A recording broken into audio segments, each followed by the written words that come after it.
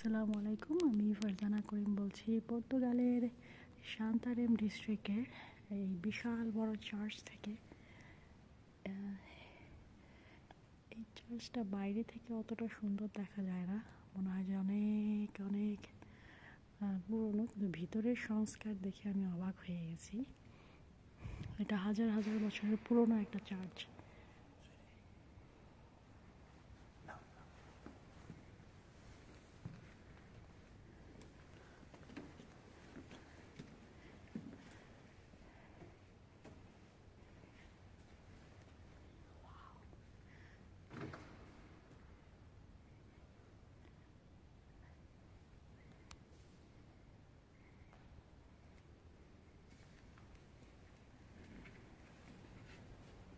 এই হচ্ছে চার্চের কারুকার্য, খুবই সুন্দর। এখানে হচ্ছে দর্শনার্থীদের বসার জায়গা। এটা হচ্ছে সিলিং।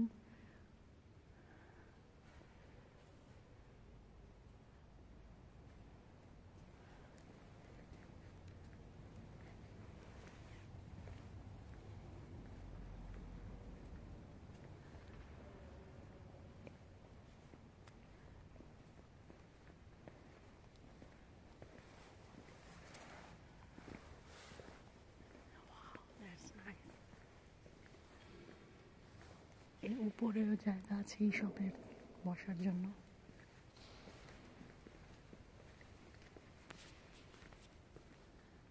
একটু জুম করে দেখাই। এখানে এইসব দাঁড়িয়ে ব্রিজ করেন। আমি ভাগ্যবতী যে আমাকে ভিডিও করতে দিয়েছে। আমি বলেছি যে আমি টুরিস্ট, তো আমি তো আসলে পর্তুগালে থাকি। এই হচ্ছে দরজা।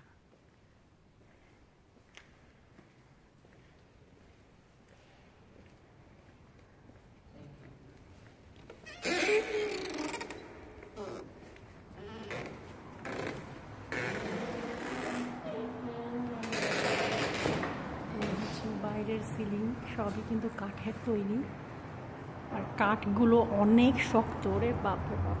কাঠ তো না, যেন লোহা। তো এইখানে হচ্ছে এটার পূর্ব ইতিহাস লেখা, সবই হচ্ছে পর্তুগিজ ভাষায়।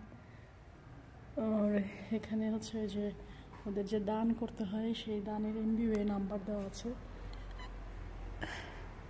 এখানে নোটিশ দেওয়া থাকে কখন কখন চার্চে আসতে হবে এগুলো।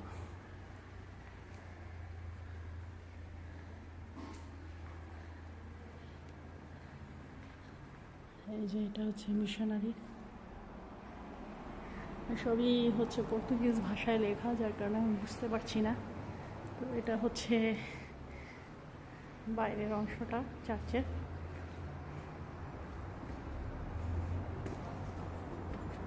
তো এখানে পর্তুগালের সব চার্চে আসলে ভিতরে ছবি তুলতে দেয় না বা ভিডিও করতে দেয় না। তো আমি বলেছি যে আমি বাংলাদেশি, আমি অনেক দূর থেকে এসেছি তোমাদের চার্চ দেখার জন্য।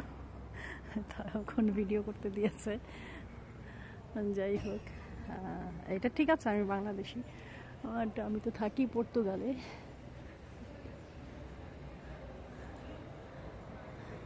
এই হচ্ছে চার্চ এলাকাটা। আমি বাইরে থেকে দেখে মনে হয়েছে যে এটা মনে হয় বিধ্বস্ত হয়ে গেছে, তেমন একটা কিছু নাই ভিতরে। ভিতরে গিয়ে তো আমি পুরো অবাক হয়ে গেছি।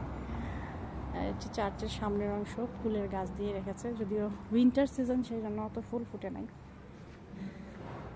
আর এই হচ্ছে সান্তারেমের ঘর বাড়ি। আমরা সান্তারেম বলি, কিন্তু পর্তুগিজরা এটাকে বলে সান্তারেই। এবং চত্বরে এভাবে শিশু পার্কের মতন করে রেখেছে। খুবই শান্তশিষ্ট একটা ডিস্ট্রিক্ট সান্তারেম। তো আজকে এই পর্যন্তই। পরবর্তীতে আরেকটা ভিডিও বানাবো সান্তারেই নিয়ে।